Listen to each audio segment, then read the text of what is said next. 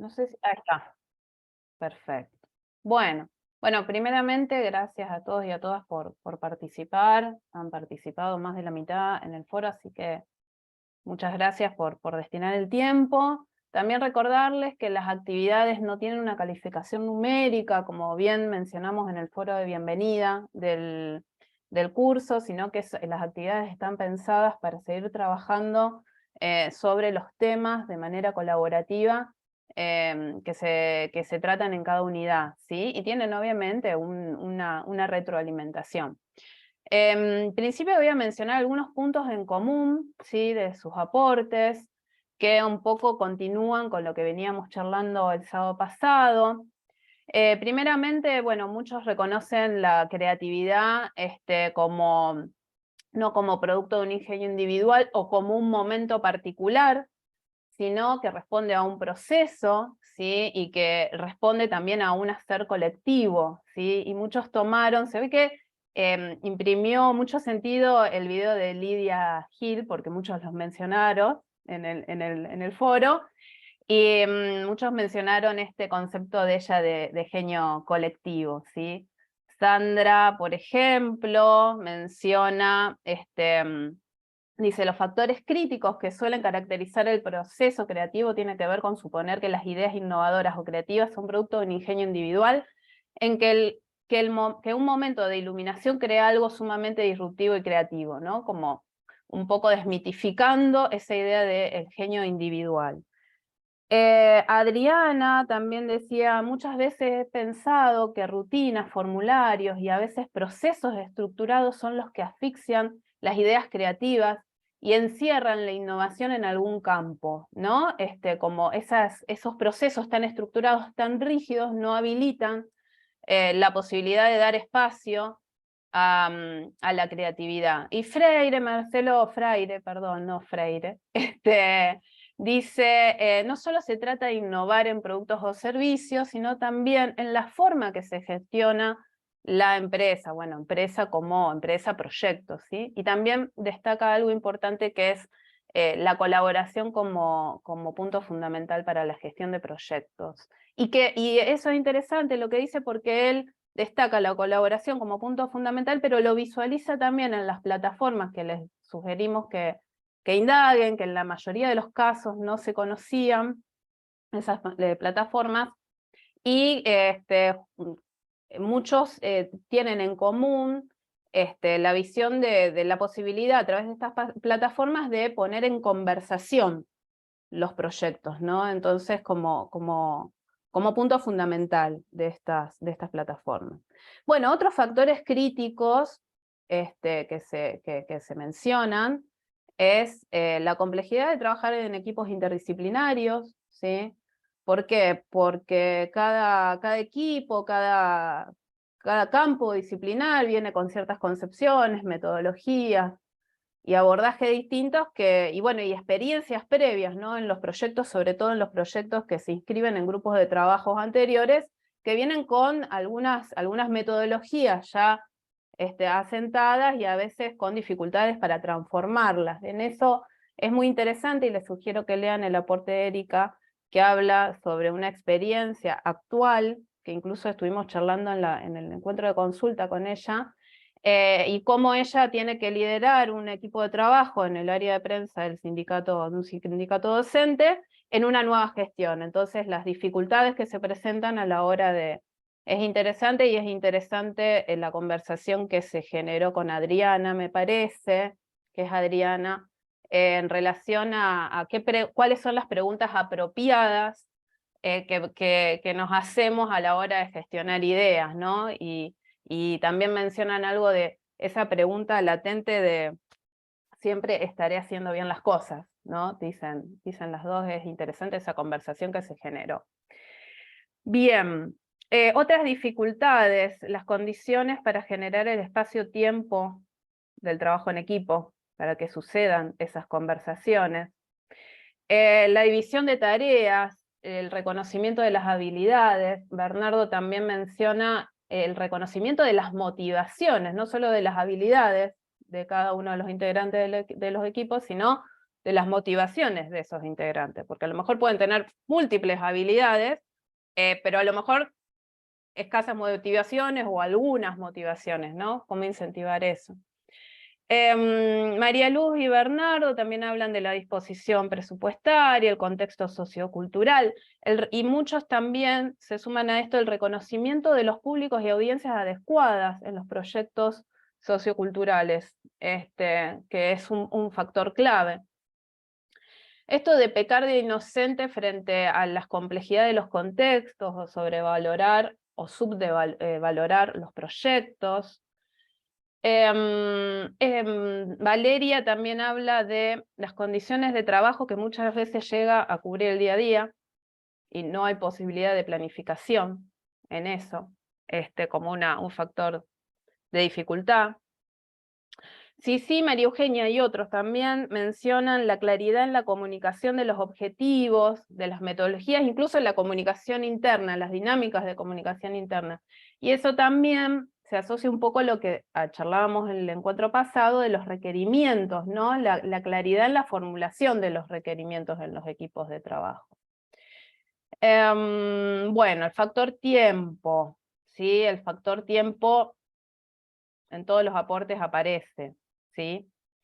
Y para un poco cerrar con dos cuestiones, como disposiciones entonces individuales o colectivas, muchos mencionaron la escucha activa, la colaboración, bueno, el trabajo en equipo, la empatía, la comunicación. Y respecto a los métodos, como les decía, bueno, no hay un reconocimiento de que ciertos procesos, cuando son muy estructurados o rígidos, no habilitan, no dan espacio a la creatividad o el tiempo a la creatividad, y que no hay un método único, sino de pensar los métodos de manera situada, que esto también lo menciona Erika con Sandra, me parece que eran en la conversación esa que se generó interesante. Bueno, en general las plataformas no se conocían, invitamos, muchos pusieron, no conocía las plataformas y nada más. Bueno, invitamos a que indaguen un poquito más en esas plataformas, y bueno, se mencionaron como métodos que han experimentado: la lluvia de ideas, Scamper, brainstorming, mind mapping, y otros. Otro punto interesante y otro aporte interesante que está bueno para que lean, el de María Peirano, que describe el sistema de trabajo que propuso un compañero, y bueno, y está muy, muy interesante para que puedan... no sé si está María Eugenia acá. Sí, está acá. Hola, ¿Querés no sé si contarlo? ¿Cómo va? sí, o sea, está más o menos esquematizado, es muy específico de lo que hacemos nosotros, que es museografía, pero por lo menos a mí me resultó porque pasa esto, que cuando uno quiere llevar una idea al plano material, a armar dispositivos o algo, en la toma de decisiones se empieza como a desconfigurar todo. Entonces, la idea de este plan es generar una base más desde lo que es el punto de vista del lugar, porque bueno, justamente como son de museo, los museos tienen su postura, su mirada, entonces es como una estructura de referencia de decir, bueno, en cada decisión que tomemos tiene que partir de esto, y si no sabemos para dónde ir o algo, se vuelve a eso. No lo voy a describir porque está en el comentario y es más fácil, pero bueno, el objetivo es ese. Entonces está bueno porque cuando después empiezan a desglosar las tareas y se vuelve todo más minucioso, volver a la base general como que ayuda mucho para que el proyecto pueda tener su coherencia propia. Muy Además está bueno. bien delimitado las etapas. Son Sí, interesantes cómo están delimitadas las etapas y las tareas que incluye cada etapa. Es interesante. sí, tal cual. Por lo menos a mí lo conocí hace 2 años ese método y lo vengo usando para otras cosas también. Me resultó bastante. Bien, bueno, un poco ese fue el trabajo de la semana. Muy bien, esperamos, seguimos con la expectativa de que la participación se mantenga o aumente, así que contamos con ustedes en las próximas consignas. 2 o 3 breves comentarios y así nos vamos entrando entre todos al segundo punto de este seminario, de este curso.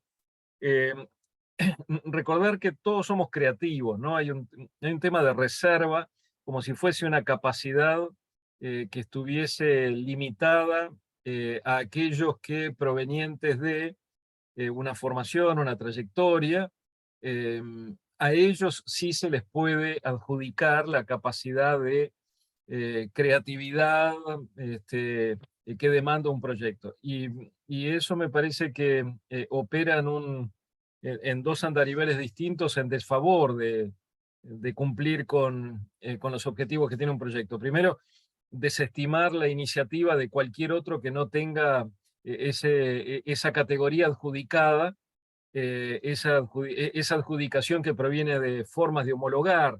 Le adjudicamos a las artes determinadas, cualquiera sean, las capacidades que, en detrimento de cualquier otro que no provenga de una trayectoria y de una formación similar.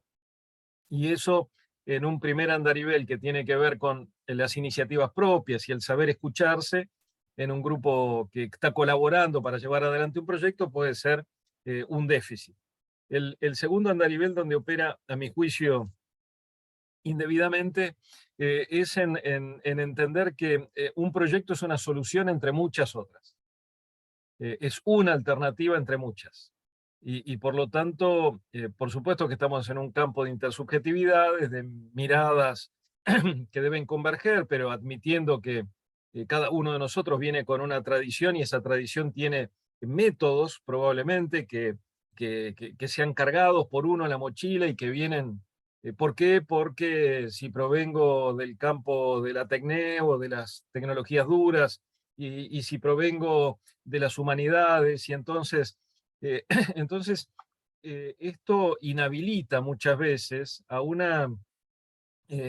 asumir que el conjunto vale muchísimo más que la suma de las partes, y no es más que las sumas de las partes, es muchísimo más. Para que lo sea, evidentemente tenemos que reconocer esa creatividad que está en colaboración y que cada uno puede serlo en diferentes sentidos en el marco de un proyecto.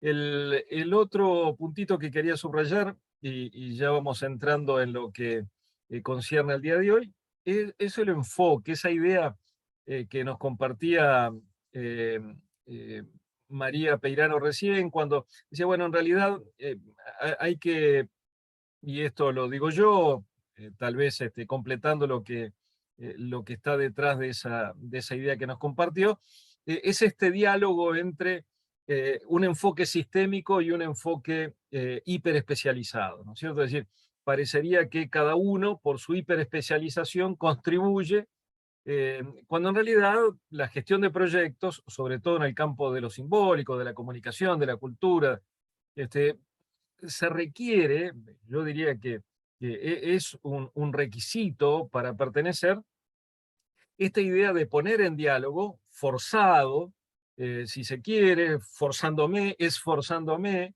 tiene que haber una decisión de conjunto de poner en diálogo esa mirada, que es una mirada de hiperespecialista, con un enfoque absolutamente analítico, pero al mismo tiempo parcial, segmentada, fragmentada. Volver al todo el tiempo es parte justamente de lo que estamos proponiendo en este curso, es decir, poner en diálogo lo analítico y lo sistémico es absolutamente necesario, a mi juicio, si queremos salir de esos epicentros que reúnen en formato de estrella un conjunto de personas que colaboran con él o con ella, pero que no son un grupo capaz de llevar adelante un proyecto, y de lo que se trata es justamente de conformar equipos que realmente tengan esa capacidad de liderar y de aceptar los liderazgos que pueden ser parciales, provisionales, temporales a lo largo del proyecto, y al mismo tiempo la capacidad de poner esos talentos, reunir esos diferentes talentos en un todo, y que el todo tenga esa capacidad de revisarlo sistémicamente el proyecto y no quedarse en las parcialidades. Dicho esto, y para arrancar con lo de esta sesión, salvo que tenga alguien algún comentario o alguna consulta, que son siempre bienvenidas.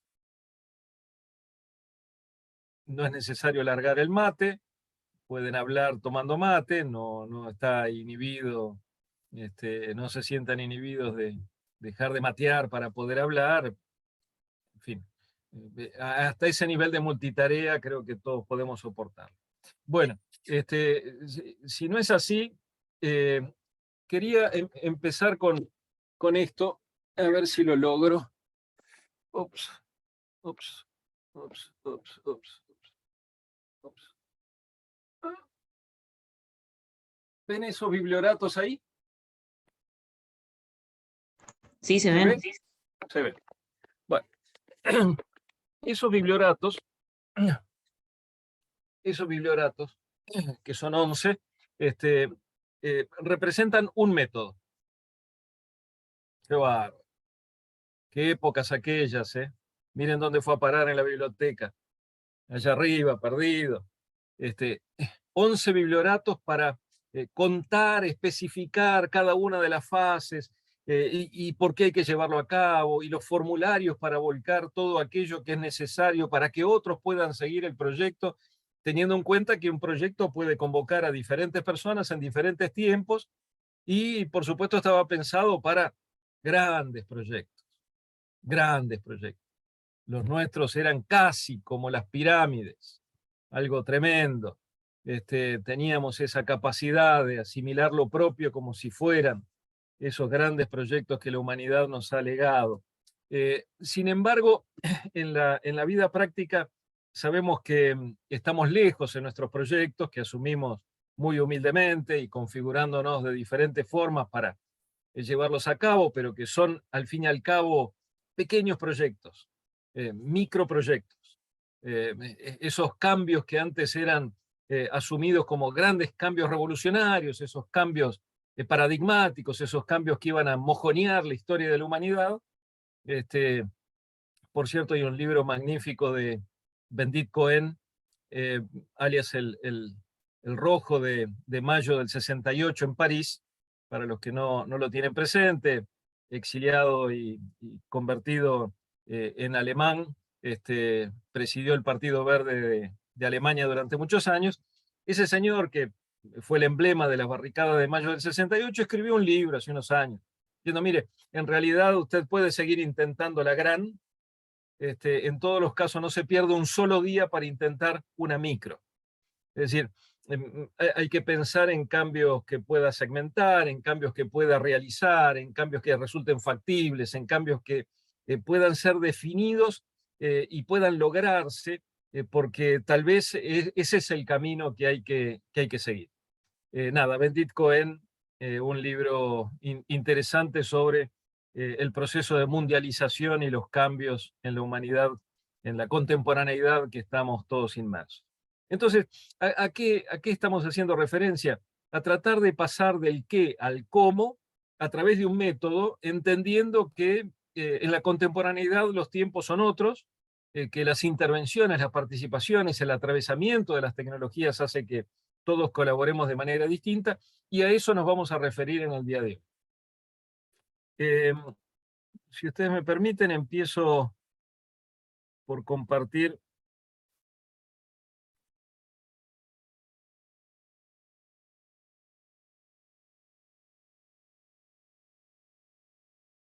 esto. Aquí estamos.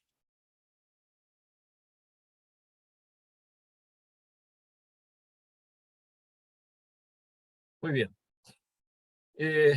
Decía yo que obviamente nuestro interés es en trabajar ese pasaje, que es probablemente el más difícil para todos y donde muchas veces hacemos agua, donde los factores críticos no permiten acercarnos a los logros en el modo en que lo quisiéramos, y tiene que ver con ese pasaje del qué al cómo. Es decir, estamos tratando de traducir ideas en proyectos, y en esa traducción necesitamos ponernos en camino a través de un método, tenemos que elegir una forma de cubrir la distancia que nos separa entre lo que vemos hoy como demanda, lo que vemos hoy como un fenómeno al cual responder, a un requerimiento que nos han hecho respecto de lo que pretendemos sea el proyecto, la solución, la alternativa de solución.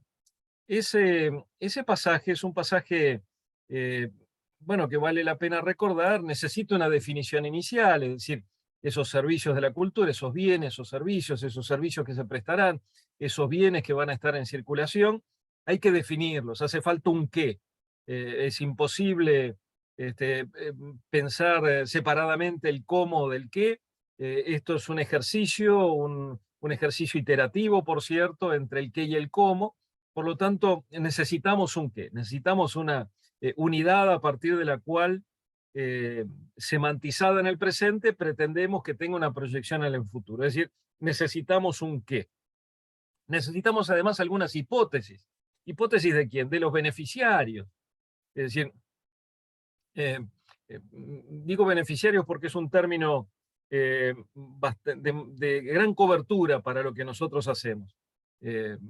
Esto es importante saberlo. Los beneficiarios, al fin y al cabo, son esos destinatarios hipotéticos a los cuales pretendemos prestarle el servicio o poner en circulación en su proximidad los bienes que estamos produciendo.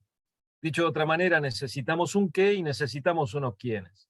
Esos quiénes, que pueden ser segmentados, que pueden no ser homogéneos, que pueden estar distribuidos en diferentes estratos, con segmentaciones a su interior, pero hay que definirlos. Necesitamos destinatarios hipotéticos. Y tercero, necesitamos un cómo, es decir, esas disposiciones, esos procedimientos, esos procesos, esas logísticas, todo eso que va a ser necesario para alcanzar el objetivo. Dicho de otra manera, un qué, un quiénes y un cómo. Esto que seguramente ustedes han, en términos prácticos, intuitivos, a veces porque el proyecto lo demandaba, a veces porque el método que aplicaban se los demandaba, en realidad lo que estamos haciendo es describir en un orden determinado, conceptualizando algunos aspectos de la vida de cualquier proyecto que ustedes ya han tenido entre manos. Ahora, ¿qué es lo que importa y mucho en este trayecto? Y por eso mi referencia a esos 11 biblioratos que describen el método Merice, que murió el pobre hace ya unos cuantos años, y lo festejamos aún. Lo que hace falta, lo primero, es entender el clima de época en el cual estamos trabajando. Es decir, estamos trabajando con proyectos que no son esos grandes proyectos milenarios, donde la construcción de pirámides, murallas, fortificaciones, acueductos marcaban no solamente hitos importantes en su contemporaneidad, sino que marcaron la historia de la humanidad.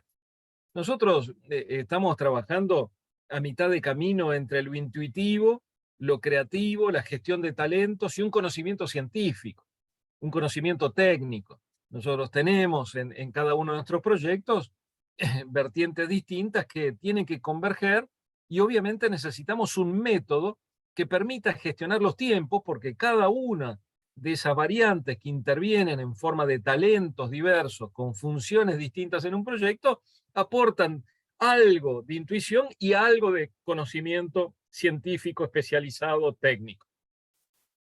Ahora, claro, para todo eso necesitamos un método, decimos, y cuando decimos método estamos diciendo, vamos a planificar cuál va a ser el esfuerzo. Necesitamos poner ese esfuerzo en una línea de tiempo, necesitamos determinar quiénes van a hacer el esfuerzo y cuándo. En el origen, en la antigüedad, obviamente, la unidad de medida temporal era la vida de un humano, que por cierto era mucho más reducida que hoy, probablemente entre los 30 y los 40 años. Un poco más tarde las cosas han ido cambiando, y en ese cambio, producto de la Edad Media, aparecen otras unidades de tiempo, unas unidades de tiempo mucho más recortadas, cuando finalmente, producto del Renacimiento, entre la mirada pascaliana, el racionalismo de Pascal y el pragmatismo, sumado al pragmatismo de Napoleón, trajo aparejado la idea de que las unidades de tiempo tienen que cambiar. ya no podíamos jugar con las unidades de tiempo igual a la persona, igual al tiempo de vida o esperanza de vida de una persona, sino que teníamos que encontrarle otras unidades de tiempo. La sociedad industrial trajo aparejado un gran cambio en la medición de los tiempos, porque al fin y al cabo es quien impuso el reloj, ese instrumento que nos marca día a día, un cronos que nos apura mayormente y que nos dice, nos indica cómo referenciarnos respecto de los tiempos de los demás, quitándole subjetividad.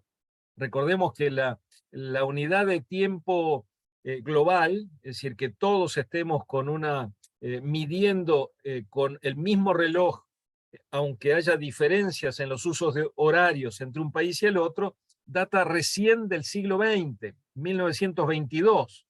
Así que recién en 1922 todos los relojes del mundo pudieron compararse, mantener una cierta analogía. Esta sociedad industrial es la que empezó a apurarnos. Nos apuró tanto que entre las dos guerras, entre la Primera y la Segunda Guerra Mundial, aparecen movimientos que nos llaman la atención e introducen una variante en términos de cálculos y de mediciones de nuestros proyectos que nos llevan a pensar que la hora, ya de pronto no alcanza para medir porque necesitamos minutar. Aparece el minuto con dándole flexibilidad a la medición e indicándonos además un cierto orden nuevo, producto de la aldea global, producto de la sociedad de la información, producto de la virtualidad, camino a una sociedad de la inmediatez. Sujetos todos a una competitividad que va increyendo, una competitividad que se transforma en una hipercompetitividad. Por ejemplo, el ilustrador que participa del proyecto puede ser que lo haya conseguido a través de alguna plataforma virtual, que no lo haya conocido nunca, ni durante el proyecto, ni antes del proyecto, ni durante, ni después vaya a estar físicamente. Digo, que no haya fisicidad en la relación, sino que sea puramente virtual y esté a 300 kilómetros al interior de Bangalore, en la India.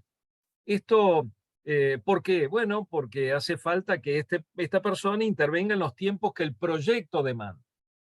Yo, a su vez, controlando el proyecto, tratando de gestionarlo en función de las metas que me he propuesto, obviamente necesito entender que todos estamos compitiendo en términos cada vez más globales.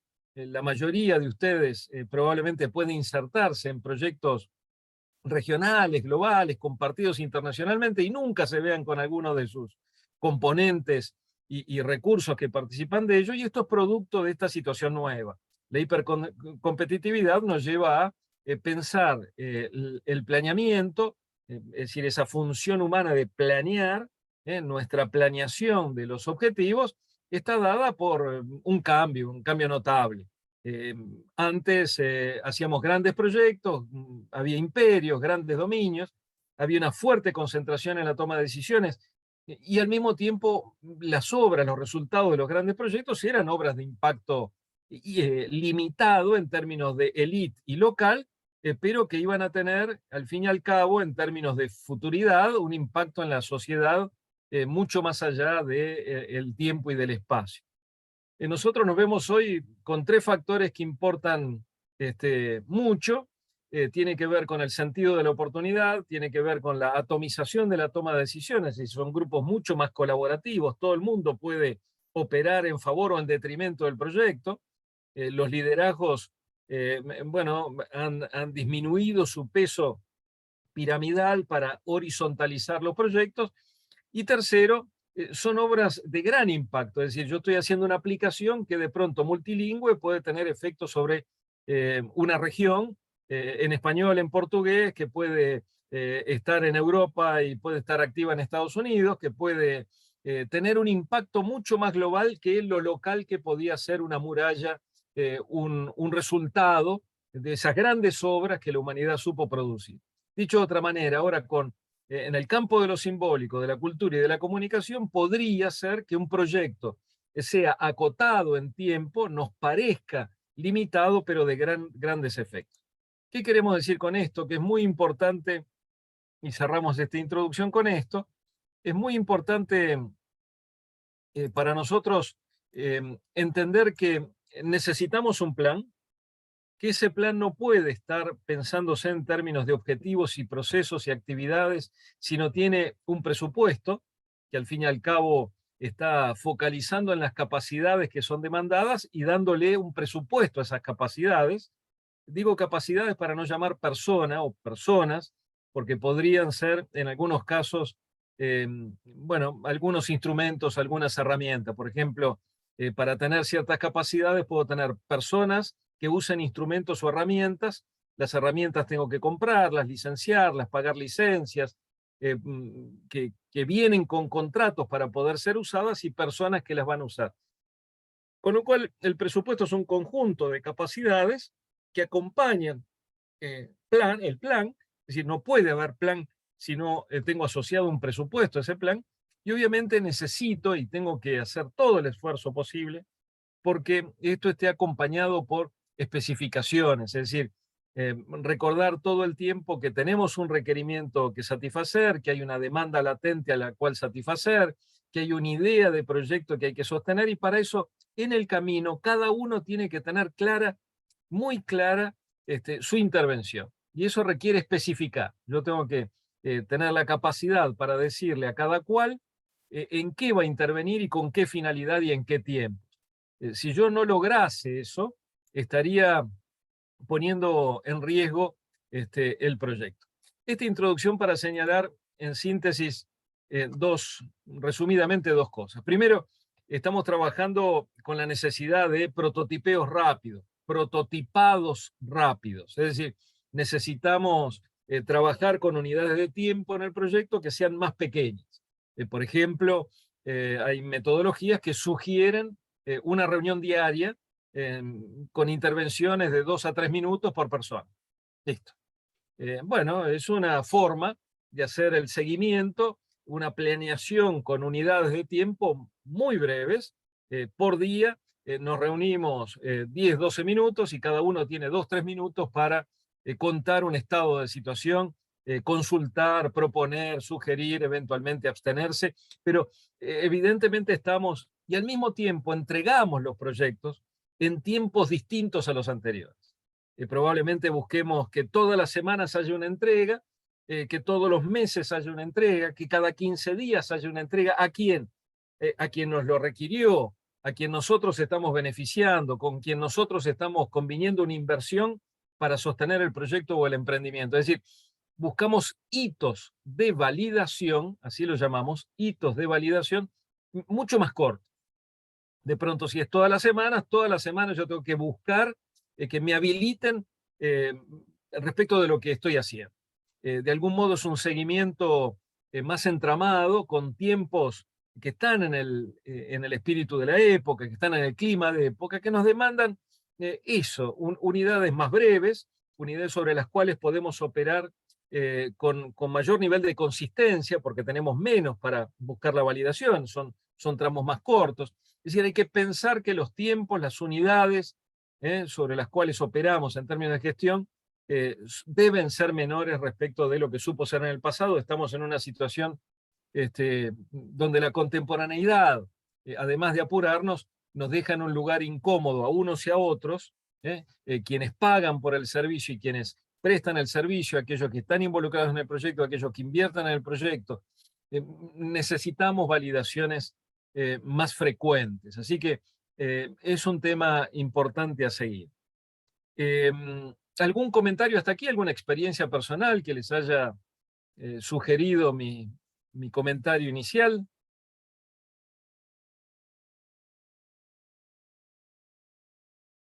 ¿Algún proyecto que tengan entre manos y lo estén haciendo de manera parecida a lo que yo lo estoy planteando?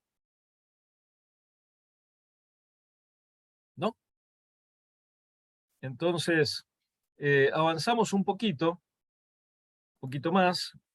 Vamos por...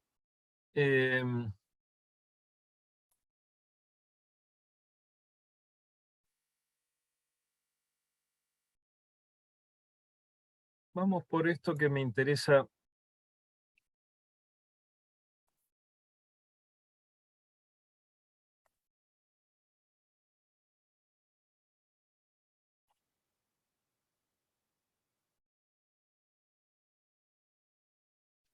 Bueno, nosotros estamos discutiendo acerca de proyectos que tienen particularidades.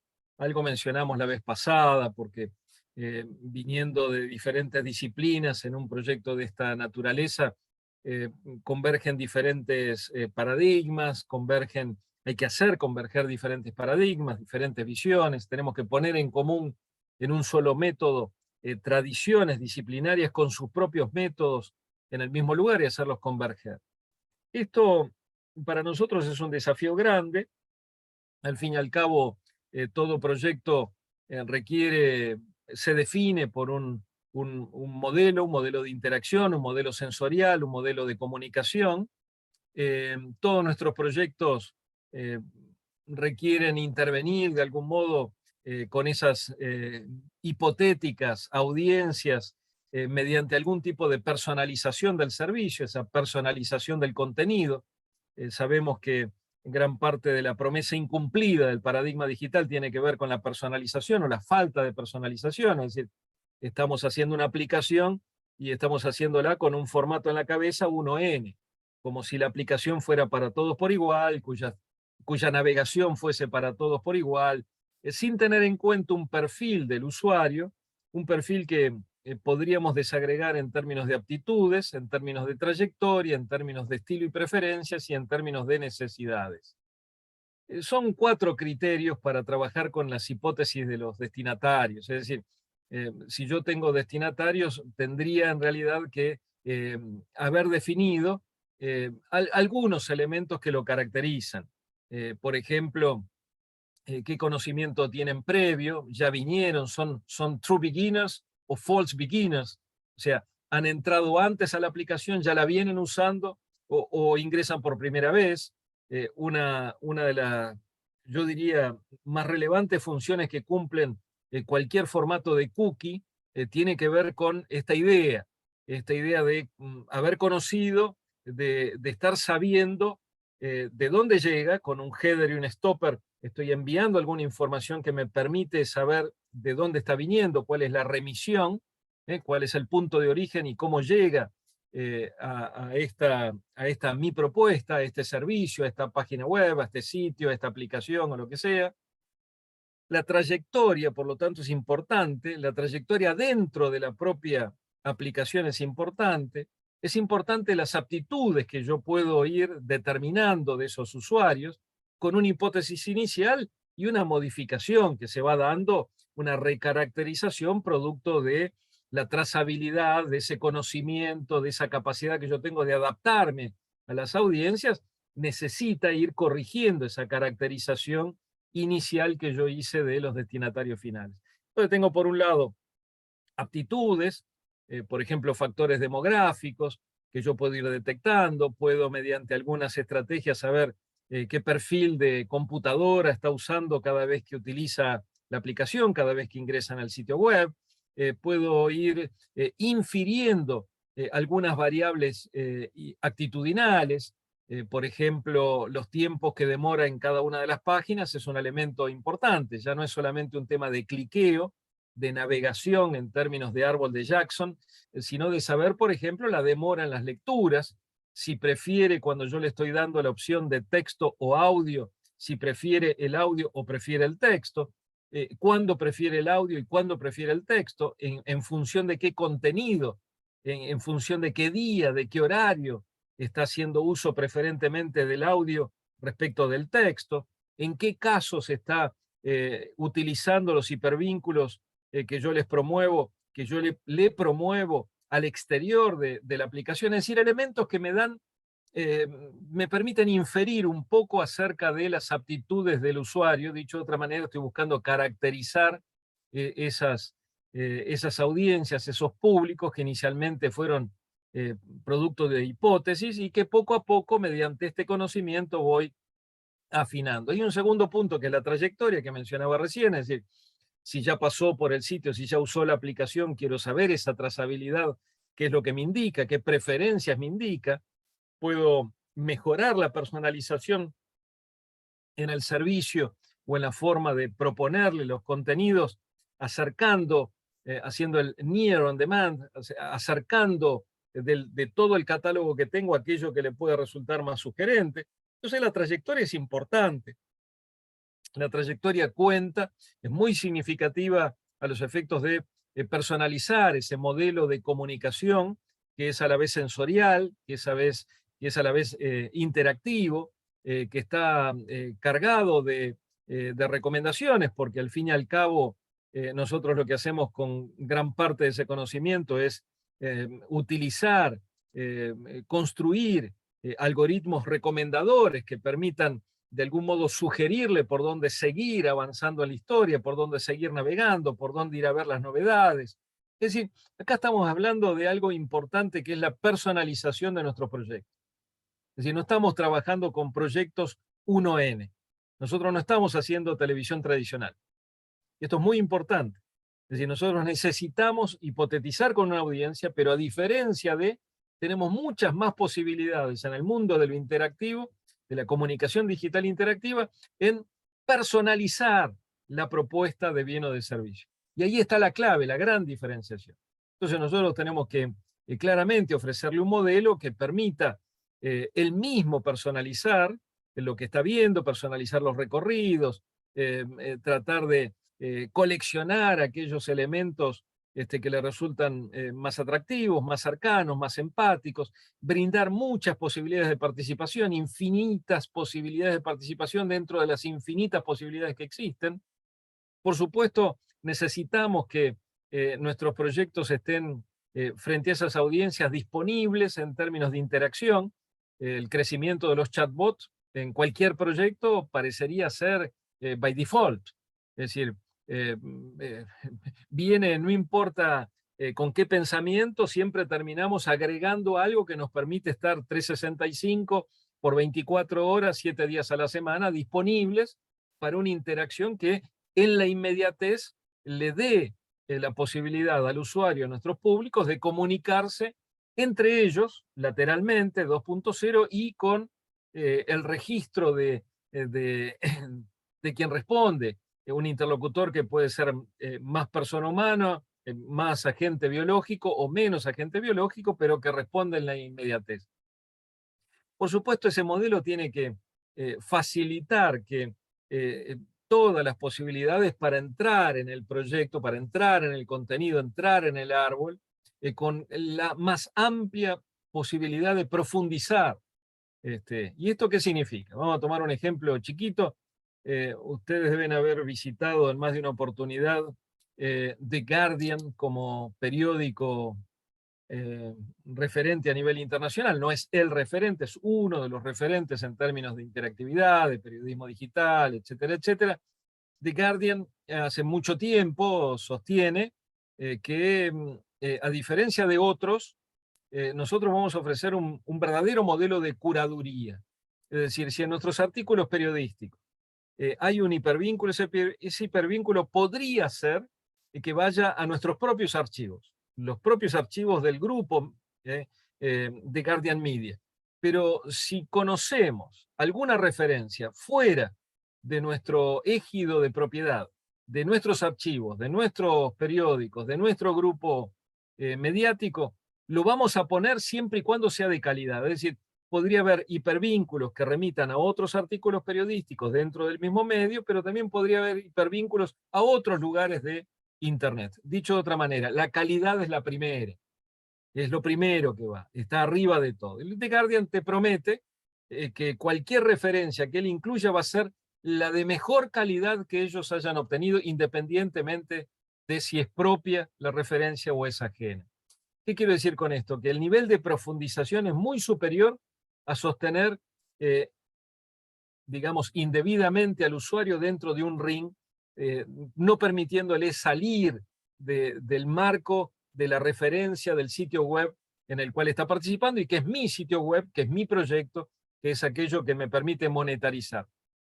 En síntesis, hay que pensar en proyectos que realmente resulten convenientes para nuestras audiencias, lo más próximo para nuestras audiencias, pero que también demandan corrección, capacidad de nuestra parte de adaptarse a esas audiencias, ir en búsqueda cada vez más de entornos inteligentes adaptativos. Es decir, lo que nosotros estamos construyendo aplicaciones, lo que ustedes quieran, en realidad lo que está proponiendo es una experiencia inteligente y adaptativa.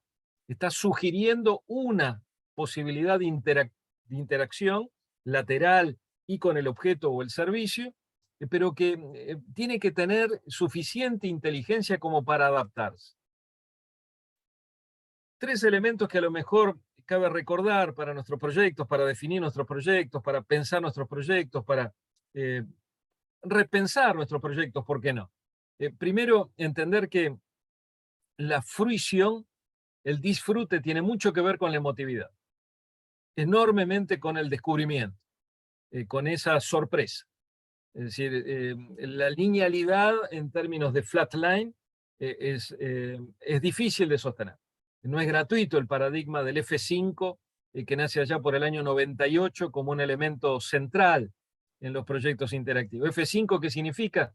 Refresh, significa tiene que haber una novedad cada vez que apriete el F5, tiene que aparecer algo nuevo. La novedad es lo que importa.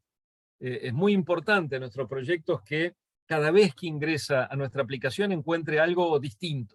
El descubrir es una función importante. Entonces, ¿qué es lo que nosotros tenemos que hacer? Enriquecer esos procesos de descubrimiento con emotividad. Ese es un factor crítico en cualquier proyecto de comunicación, de cultura. Tenemos que apelar a las sensibilidades que reconocemos que podría tener nuestro público, y al mismo tiempo nosotros ofrecer una situación emotivamente disfrutable. Y eso es importante. Segundo, ofrecer búsquedas semánticas tienen que ver con ayudar a la producción de sentido. Es decir, la semantización no es un elemento tan corriente como se piensa. Es decir, hay muchas personas que no tienen la capacidad de interpretar lo que vos estás diciendo, lo que yo estoy diciendo o lo que estamos diciendo. Hay que ayudarlo. Ayudarlo significa entenderlo como audiencia, empatizar en el uso del lenguaje, empatizar en el código que estamos empleando. Empatizar significa, bueno, ofrecer posibilidades para que esa producción de sentido se dé, apelando a Umberto Eco, intensio autoris, intensio lectoris, que haya cierta graduación similar, es decir, que se parezca lo más posible lo que fue la intención del autor con lo que es la intención del lector. Imposible. Eso es imposible de alcanzar. Lo que hay que buscar es que ese desajuste no sea tan grande. Para eso, entre otras cosas, lo que tenemos que buscar es todo el tiempo producir recomendaciones personalizadas. Es decir, los algoritmos recomendadores necesitan de microcomunidades, necesitan de segmentación, necesitan de data. El dataísmo, si es un fenómeno del hoy, tiene que ver no solamente con las capacidades que tenemos ahora de registrar datos, coleccionarlos, sino también con la capacidad de analizarlos con herramientas que nos permitan personalizar online, en vivo, todo el tiempo, lo que le ofrecemos como servicio, como contenido a los usuarios. Hay un factor importante que tiene que ver con ese registro de la historia, es decir, el historial de la lectura, esa memorización que permite una mayor personalización. Si nosotros somos capaces de tener un registro de esa relación que mantienen los usuarios con nuestro servicio y podemos procesarla y podemos extraer valor, es decir, tenemos la capacidad, tenemos las herramientas para extraer valor de esos datos, no coleccionar los datos para luego dar lugar a una información de cliqueos que a esta altura no tiene ningún valor agregado. En esa memorización podemos extraer valor para la personalización. Ese es el camino. Eso debería estar en nuestro pensamiento cuando adoptamos un método para llevar a cabo el proyecto. Finalmente, promover el intercambio horizontal. Si recordemos que nuestras cabezas, lamentablemente, nos cuesta mucho poder aplicarlas de manera consciente y cotidianamente desde una perspectiva otra que la 1.0. Porque la mayoría de los que estamos aquí presentes, seguramente hay gente que no, pero la mayoría comenzaron su relación con los medios de comunicación sentados frente a una tele viendo alguna película de Disney. No estoy diciendo que eso sea la amplísima mayoría, estoy diciendo que la mayoría de nosotros fue formado en la linealidad, aún siendo yo muy distinto en términos generacionales que ustedes. Creo reconocer que la mayoría de los que están aquí presentes probablemente no hayan sido, como decía Mark Prensky, verdaderos nativos digitales, que no empezaron de cero en su primer contacto con las mediaciones familiares, o gracias a las mediaciones familiares, interactuando con medios interactivos en el sentido que hoy lo hacen. Y esta realidad nos lleva a pensar que esa linealidad nos ha dejado en un lugar incómodo para entender y practicar, no tanto entender, sino practicar la 2.0. Si nos cuesta mucho pensar en un proyecto corriéndonos del lugar de quien presta el servicio a alguien.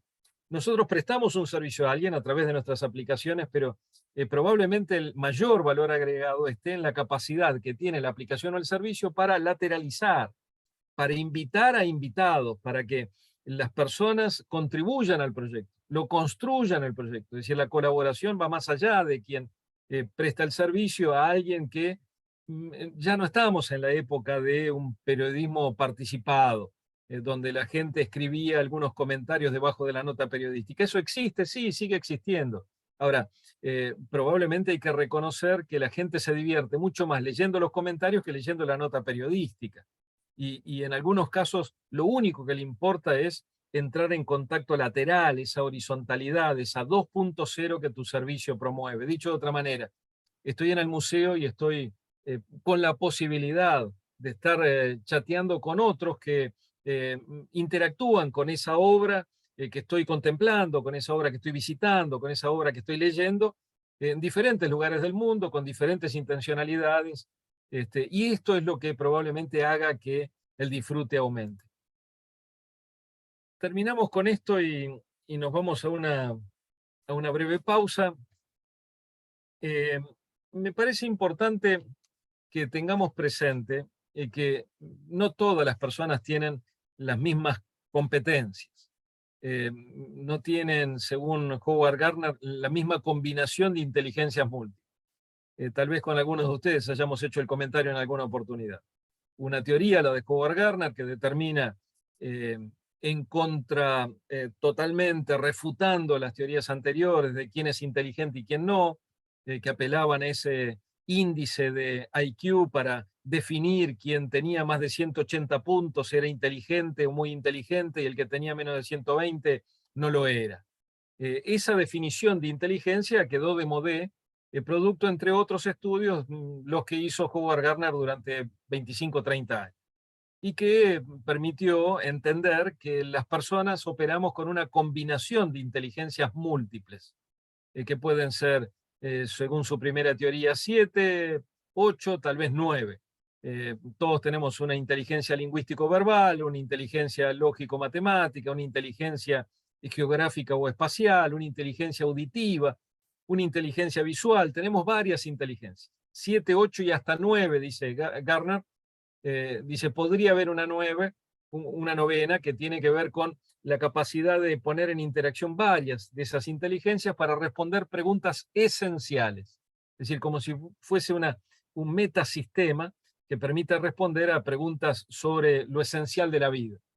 ¿Por qué se murió mi tío? Bueno, esa pregunta se supone opera en mí de forma que tengo que poner en interacción varias inteligencias para poder responder. En síntesis, lo que está diciendo Gardner es que cada uno de nosotros tiene facultades, una combinación de facultades distintas, una combinación de... ¿Y esto por qué nos importa? Bueno, nos importa porque tenemos que pensar en un proyecto donde el texto es el texto, pero que lo puedo acompañar fácilmente con una versión audible. Que el texto es el texto y la versión audible es una versión audible, pero a lo mejor operar en favor de un registro distinto de facultades de parte del usuario, incorporando un video, puede ayudar. Un video, la versión audio y el texto pueden ayudar. Todavía hoy seguimos jugando como si nuestras audiencias, como si no fueran heterogéneas, y como si no fueran heterogéneas desde el punto de vista de las competencias de las que estoy hablando, esas facultades que nos tienen que invitar a pensar que esa combinación hace de cada uno de nuestros usuarios una persona única, singular e irrepetible. Y eso se puede transformar en un servicio mucho más personalizado de lo que hacemos. Entonces, pensar de este modo nos lleva a pensar que esa combinación que puede, por supuesto, los dejo visitar la teoría, no vamos a entrar en detalle, lean Howard Gardner, Inteligencias Múltiples, por ejemplo. El otro día me dijeron que había casi 30 libros traducidos de él al español. Yo tenía un orden de 20 y pico, ahora me dicen que hay unos 30, escribió 120 y pico de libros. Es un señor de producción abundante, es un señor que acuñó una teoría fuerte. No estamos hablando de cualquier teoría, estamos hablando de teorías pesadas, que ya vienen atravesando varias décadas. Entonces, bueno, a ver, ¿cómo hacemos para dar lugar a que todos nuestros usuarios puedan encontrar, por ejemplo, para nosotros es tal vez muy simple escribir un texto. Para nosotros tal vez es muy simple incluir un video de 1 minuto. Ahora, repensar el video y repensar el texto de tal forma de que de pronto todos puedan encontrar algo que les resulte más empático y más cercano. Por ejemplo, la musicalidad. Eso puede estar en el texto, aunque sea un texto, yo puedo hablar de lo sonoro en el texto. Puedo hacer referencias a una sonoridad ambiental que es simplemente parte del relato, de la crónica, por ejemplo, periodística. Puedo hablar de sonoridades que son parte de ese relato que está dando cuenta de un hecho, de un episodio, de un fenómeno. Entonces hay que repensar, hay que pensar que las audiencias son mucho más complejas, mucho más heterogéneas de lo que pensamos. Es importante esto. En más de una ocasión he tenido oportunidad de revisar algunos proyectos y la verdad es que algunos dejan mucho que desear de este punto de vista. Piénsenlo, léanlo con detenimiento. Por ejemplo, hay gente que le va muy bien lo visual y entonces los esquemas, ¿no es cierto? Un esquema gráfico, una visualidad esquemática que resume el texto, que da lugar a situar el personaje. Estoy haciendo una crónica periodística, estoy haciendo un relato, el esquema de sus movimientos puede facilitar la lectura, puede facilitar la empatía. Es decir, hay que pensar en las audiencias realmente. Esto no es televisión. Aunque estemos todo el tiempo pensando que no lo hacemos, estamos todo el tiempo con la cabeza en la 1.0, estamos pensando en 1N, estamos pensando en una homogeneidad de nuestros públicos que no es tal. Bueno, vamos a ir a una breve pausa. Son las 14:03. Hacemos unos 5 minutitos para recargar, hacer el refill de algo. ¿Les parece bien? Dale, yo mientras tanto, mientras hacemos la pausa, Roberto, sí, en 10 volvemos, yo dejo unos videitos con algunos proyectos para que vayan escuchando del programa Think Big, que es un programa de innovación y emprendimiento social de Fundación Telefónica. Si te parece, escuchamos esto ahí mientras nos preparamos un mate y descansamos un poquito. Tomamos el podcast en 10 minutos. Ah, no era un podcast. No. Acuérdate que era una clase. Es que hago tantos podcasts por semana que, bueno. Nos vemos en 10.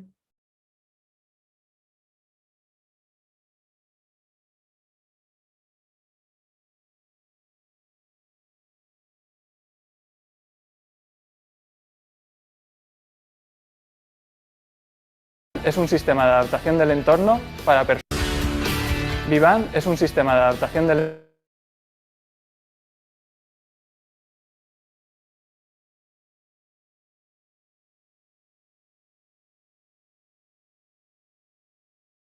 entorno. Vivan es sonido, Vivan es vibración. He aprendido a trabajar en equipo y a comunicarme con ellos. He aprendido a ponerme en el lugar de personas que se enfrentan a barreras en su día a día. Vivan consigue que personas con problemas de audición vuelvan a escuchar. Vivan necesita de mentorización, así como de financiación para las fases venideras. Think Big nos ha ayudado a hacernos preguntas que antes no nos hacíamos. También nos ha aportado algo de financiación y mucho apoyo.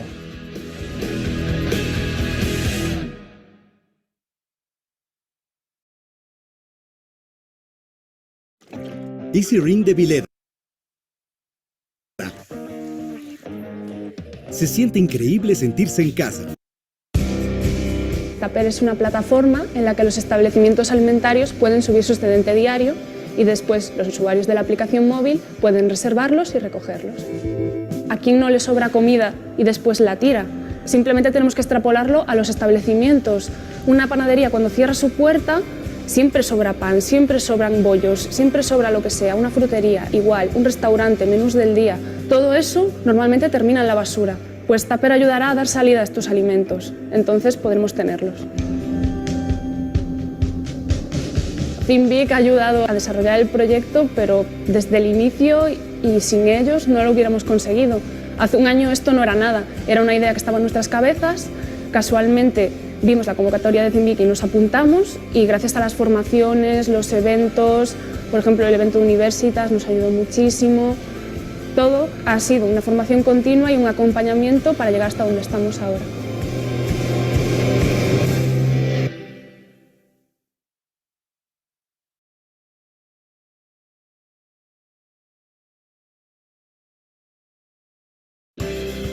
SNA, Sistema Nervioso Auxiliar, es un pequeño dispositivo capaz de controlar la contracción muscular de la caja torácica. Con ello conseguimos que el paciente pueda respirar mejor. Debido a que todavía está en maduración legal el proyecto, no podemos probarlo en la caja torácica, pero sí podemos haceros una pequeña muestra, ¿no?, de cómo funciona un poco SNA. Lo que vamos a hacer es controlar el movimiento de la mano. Entonces vamos a intentar redirigir la señal a los tendones del brazo y poder mover los dedos de la mano. Creamos movimiento. SNA beneficia a la sociedad en que podemos reducir el tiempo de la UCI de enfermos que acaban de ser trasplantados de 1 mes a 1 semana, así como ayudar a enfermos que tienen enfermedades degenerativas. ThinkBig nos ha aportado mucha formación, algún contacto, el poder trabajar con otros jóvenes con nuestras mismas inquietudes, y también un poco nos ha ayudado a desarrollarnos a nivel personal. Es un proceso de maduración que hemos seguido que sin ellos no habría sido.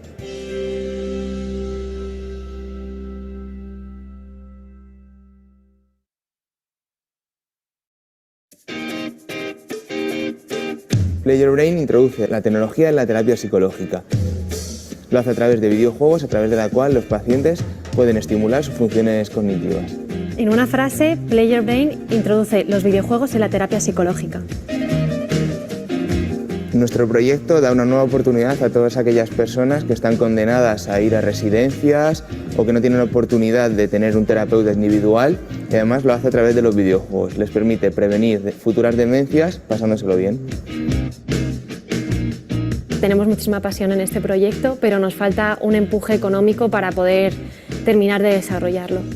Si tuviera que definir algo en lo que nos ha ayudado ThinkBig, hablaría de todas las personas que están detrás de este proyecto, cómo nos han apoyado en todo momento, nos han ayudado a desarrollar, nos han empujado y sobre todo nos han dado la oportunidad de conocer a otros emprendedores jóvenes con ganas, con motivación y con pasión para seguir trabajando.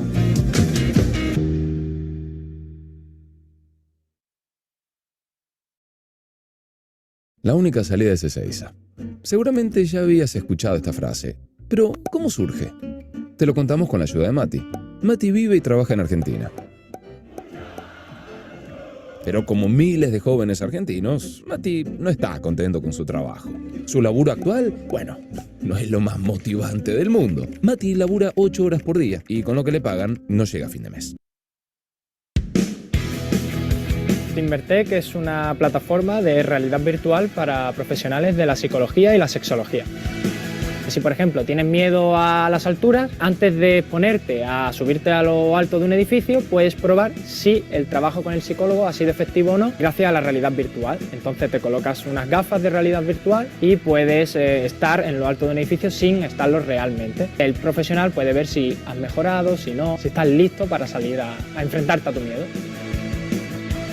Mi proyecto beneficia a la sociedad proporcionando una mejora en las terapias actuales y haciendo que las personas con cualquier problema, fobia, miedo puedan recuperarse antes. ThinkBig nos ha ayudado muchísimo, sobre todo por la formación, por el apoyo incluso económico que han hecho, y eso nos ha permitido crecer tanto como equipo, como proyecto y en general como un todo.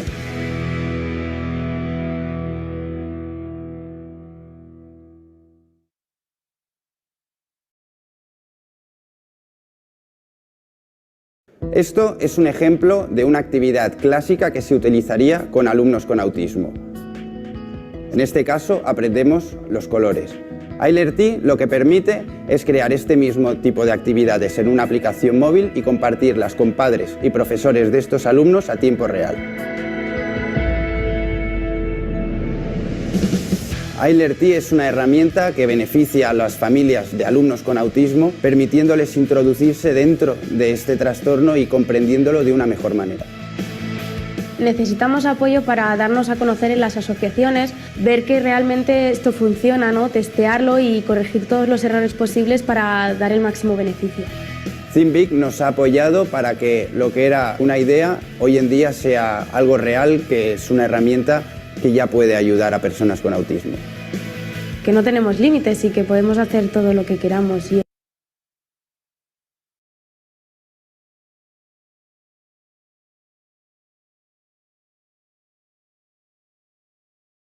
Bien, cuando gusten.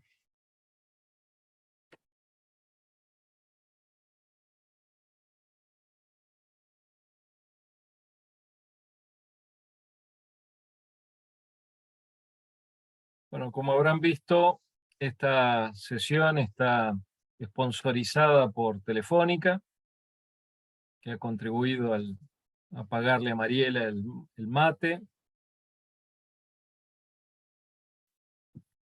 ¿No pagó esta vez el mate? No, ya no pagan ni para la yerba, claro, es que está tan costosa la yerba del mate que no pueden porque no tienen beneficios suficientes. Bueno, muy bien. Pobre. Pobre, sí. Bueno, espero que hayan visto algo diferente en esos pequeños videitos que tenían que ver con la idea de que además la innovación social y lo que hacemos se cruza mucho y que al mismo tiempo hay que salir a buscar dónde está la vil moneda, porque al fin y al cabo no hay proyecto que no implique un esfuerzo y todo esfuerzo corresponde que tenga una contraprestación. Así que hay que pensar en las cosas en esos términos y no quedarnos en espacios de una gran vaguedad acerca de lo que representa un proyecto. Un proyecto son esfuerzos, son dedicaciones, son tiempos, y eso hay que pensarlo en esos términos. Bueno, les recuerdo que esto no es teatro y que pretendiendo ser una clase nos importa mucho vernos mutuamente. En el teatro recuerden que los actores y actrices tienen la posibilidad de esperar al final porque se han cultivado en la paciencia, y al final recibir el aplauso o los tomates les resulta suficiente.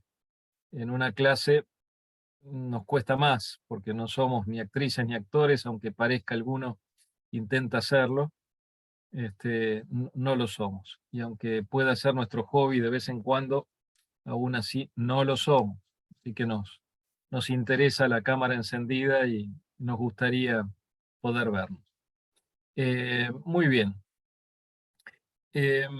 Seguimos adelante con un comentario, salvo que haya algún comentario de parte de ustedes, que alguien quiera hacer algún comentario respecto de lo que estamos viendo, o lo que hayan visto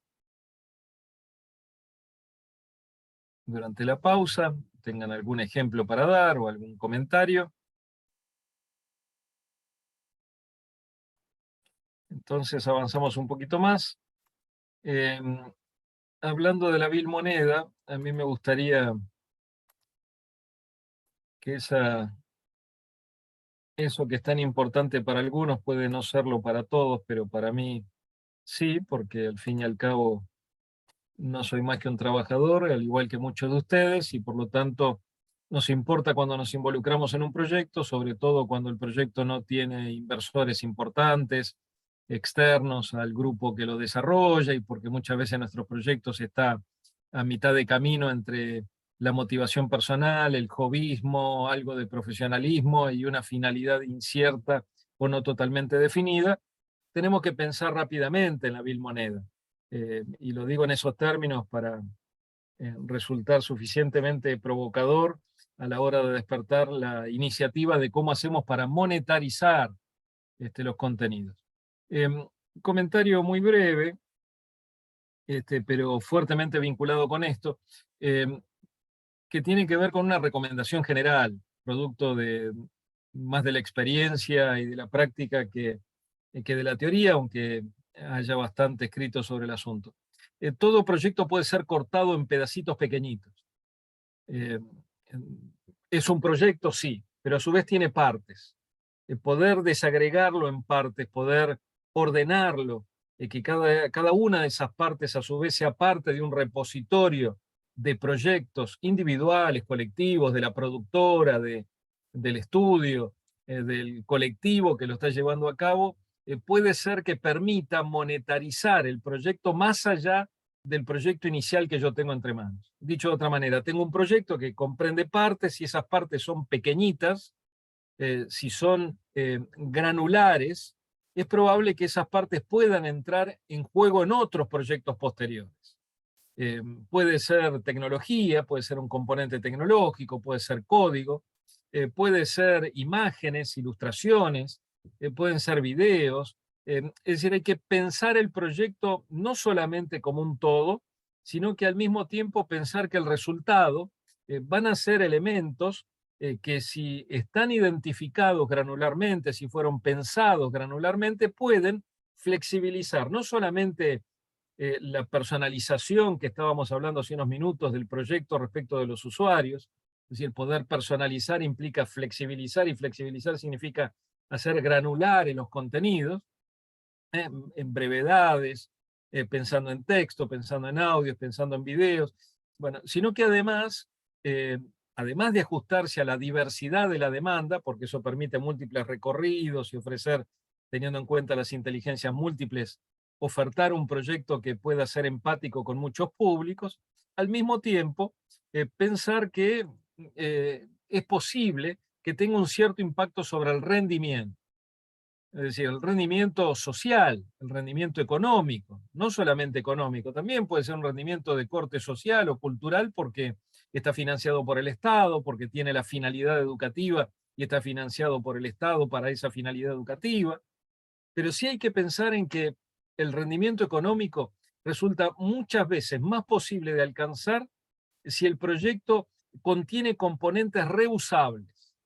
Si yo tengo la capacidad para diseñar un proyecto cuyos componentes tengan capacidad de reusabilidad, es probable que la monetización del proyecto pueda darse en mejores términos que si los componentes están incluidos en ese proyecto, enclaustrados en ese proyecto y no están clasificados en un gran repositorio que me permita que esas unidades desagregadas puedan intervenir en más de un proyecto más tarde. Esto es fundamental, se los diría, tengo suficientes casos en mi trayectoria como para decirles que gran parte de la monetización es altamente dependiente de esta capacidad de desagregación. Esta capacidad de desagregación está en la línea de flotación de la sustentación del proyecto en algunos casos, pero del nivel de rentabilidad seguro. Esa desagregación es un factor crítico, así que hay que tenerlo muy en cuenta. Por eso es que muchas veces hablamos de un repositorio de contenidos. Si ustedes tienen un grupo, un colectivo social, un estudio, una factoría, una productora, tienen que administrar los contenidos de cada uno de los proyectos de tal forma que puedan ser reusados. Y por eso necesitamos que todos los contenidos tengan metadatos. Es decir, que yo pueda en un futuro ir a esa base de conocimiento, esa base de contenidos, y poder extraer rápidamente valor que me permita incluirlo tal cual o con algunas adaptaciones o mejoras o ajustes en un proyecto futuro, en otro proyecto, en otra versión del mismo proyecto. Esto es importante. Entonces, esto es lo que nos va a permitir integrar distintos bloques, distintas unidades, distintos componentes del proyecto en otros proyectos y probablemente de ahí surja finalmente ese rendimiento que estamos buscando y que muchas veces es muy difícil de obtener. Así que hay que usar no solamente un proyecto una vez, sino que hay que usar el esfuerzo para, desagregado en componentes, todo proyecto poder monetarizarse en el tiempo más allá de esa unidad que nos prefijamos para el desarrollo del proyecto. Y esto implica un repositorio de contenidos, implica ir clasificando contenidos abiertos, implica trabajar con un CMS que pueda realmente ayudar a que ustedes caminen no teniendo la memoria en la cabeza. Eso probablemente no alcance. Los proyectos tienen muchos componentes que con el tiempo uno va perdiendo de vista. Ordenarlos, construir su propio repositorio de contenidos es muy importante para la sustentación y la rentabilidad del proyecto. Esto podemos discutirlo en un proyecto transmedia o en un proyecto de narrativas más lineales. Lo que decimos es que es probable que cada uno de esos componentes pueda aportar al rendimiento del proyecto a largo plazo si conseguimos desagregarlos, clasificarlos y mantenerlos en un archivo catalogado. Dicho esto, me parece fundamental pensar en la monetización. Dicho de otra manera, uno de los 3 primeros pines que pongan en su heladera, en la puerta de la heladera, que diga factibilidad, el otro diga plata.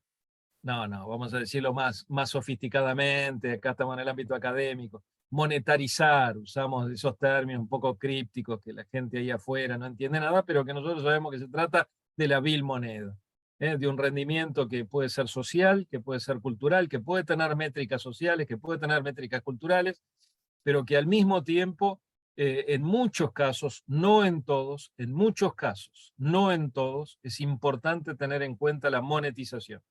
Aunque más no sea para que el próximo proyecto cueste menos, para que el próximo proyecto pueda ser hecho más fácil, para que el próximo proyecto sea hecho en menos tiempo, no necesariamente para un rendimiento económico, pero para un rendimiento del proyecto es importante, muy importante, los componentes del proyecto, clasificarlos, ordenarlos, catalogarlos, construir un repositorio de la factoría del estudio de la productora.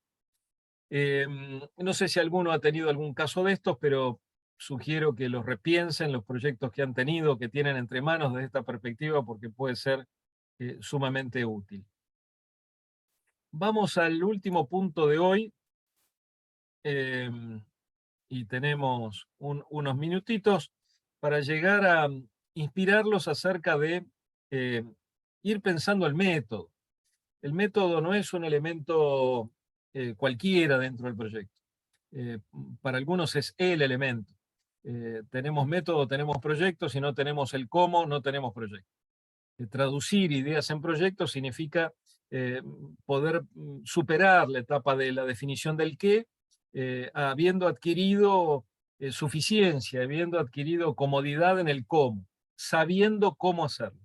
Mientras yo no tenga un camino, es muy difícil apelar en términos de proyecto a esas ideas que pueden ser muy buenas o no, va a depender de si el método el método elegido es el correcto y si el método permite realmente alcanzar poco a poco las metas en función del plan que ustedes tenían. Entonces, es muy significativo el método en cualquier proyecto. Elegir un método significa elegir un camino entre muchos posibles. Por eso hablamos siempre de que la solución es una alternativa entre muchas posibles. Así que el método es importante. ¿A qué nos vamos a referir en términos bien prácticos al respecto? Bueno, nos estamos refiriendo a la necesidad de poder superar la etapa de ideación, la etapa de conceptualización, la etapa de implementación, incluso llegar a la etapa de evaluación de un proyecto y retroalimentarlo. Y eso es lo que realmente le va a dar no solamente consistencia, asegurarlo en el tiempo, sino que nos va a dar seguridad a nosotros. Para eso necesitamos un método que establezca el camino. Y el camino son fases, son etapas, son ese recorrido con mojones preestablecidos a los cuales yo debo referirme, a través de los cuales yo voy a transitar el cómo para llegar al logro final, que es la meta de tener el proyecto acabado, logrado, entregado, validado y evaluado. Insisto, ya van 2 veces que utilizo el término evaluación. Un proyecto sin incluir con claridad en el método los hitos de validación, es decir, de algún modo la evaluación interna por parte del equipo, pero también la validación por parte de otros, por ejemplo, pequeños entregables, etapas que son entregables y validables por parte de quien lo recibe, es decir, que puede evidentemente un tercero certificar que el logro está en el camino que es esperable, que cumple con los requerimientos que se nos están planteando, es muy importante. Así que todo plan que utiliza un método tiene fases y tiene etapas, y a eso nos vamos a referir ahora. Vamos a hacer una introducción para que ustedes puedan ir trabajando con eso en esta semana. ¿Qué en general necesitamos en un proyecto? Bueno, necesitamos transitar una etapa de análisis del requerimiento, es decir, entender cuál es la pregunta problematizadora y entender de algún modo esa pregunta de investigación, eso que nos inspira en términos profesionales a dar una respuesta. ¿Cuál es ese nicho de precariedad que hay en el mercado? ¿Cuál es ese requerimiento que puede ser formal? Pero también puede ser muchas veces una demanda latente. Estoy viendo que está faltando algo y que en esa fisura yo tengo capacidad de intervenir con un proyecto. Nosotros tenemos como cooperativa, como colectivo, como estudio, como sociedad anónima, intervenir para completar esa necesidad que está latente, que yo veo que está latente y que en el mercado no hay una oferta al respecto. Es decir, hay una etapa de análisis, analítica de esos factores que de algún modo definen el fenómeno ante el cual yo podría intervenir. A lo mejor tenemos capacidades, a lo mejor no, pero hay un primer punto a cumplir que es fundamental, que es tratar de analizar esa situación, analizarlo en términos de requerimiento y formularlo en esos términos. Hay una segunda que es fundamental, decía hace unos minutos, que tiene que ver con el método, elegir el método, elegir tal vez la combinación de técnicas asociadas al método que voy a practicar.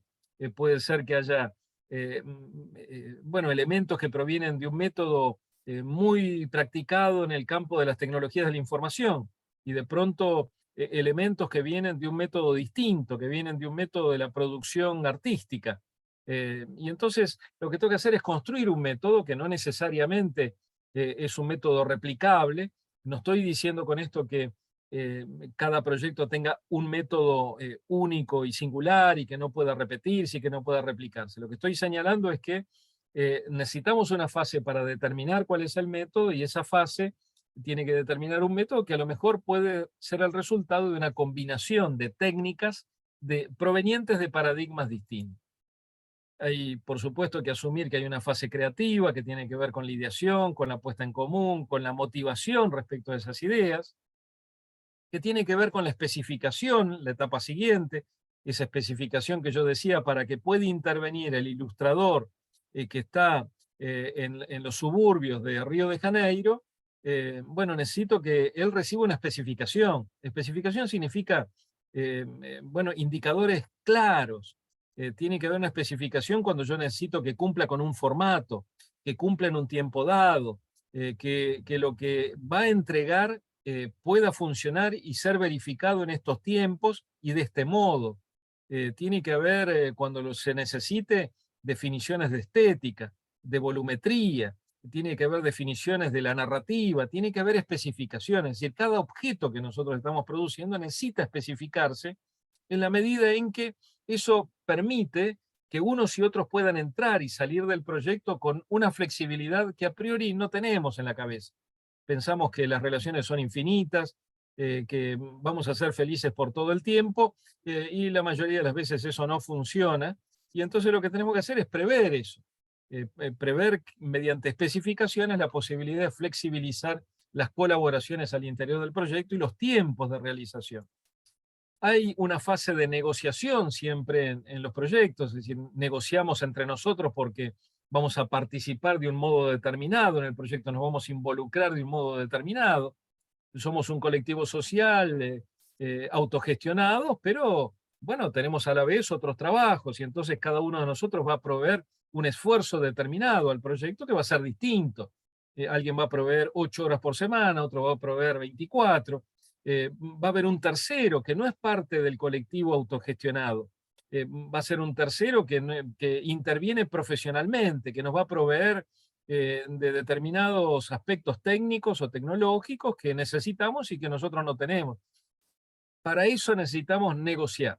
La negociación es muy importante. Negociar significa ir camino a una formalización, que queden las cosas claras, que ese esfuerzo va a estar remunerado de esta forma. Que va a estar remunerado de esta forma, digo, en tiempo, los plazos son importantes. A los entregables le vamos a otorgar un 2% del total del contrato.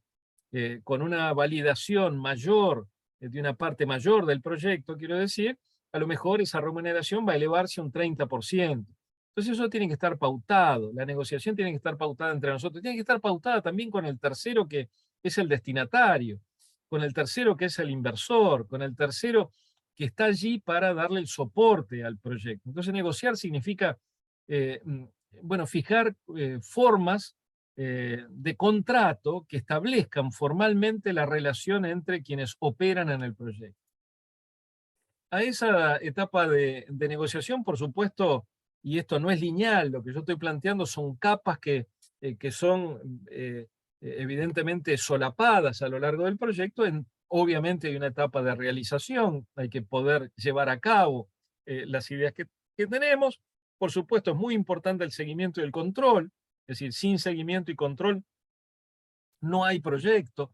Hay un montón de gente trabajando, hay un montón de gente colaborando, pero sin seguimiento y control, y para lo cual necesitamos un plan, no hay posibilidad de seguimiento y control si no hay un plan, y obviamente necesitamos, insisto con esto, creo que va la 4ª vez y lo repetiré unas 2000 veces más, los hitos de validación, es decir, los controles al interior del colectivo como al exterior, es decir, esos entregables que tienen que ser validables, que pueden ser validados por otros y que le dan consistencia, van haciendo consolidación, van consolidando el territorio en el cual vamos acomodando las ideas.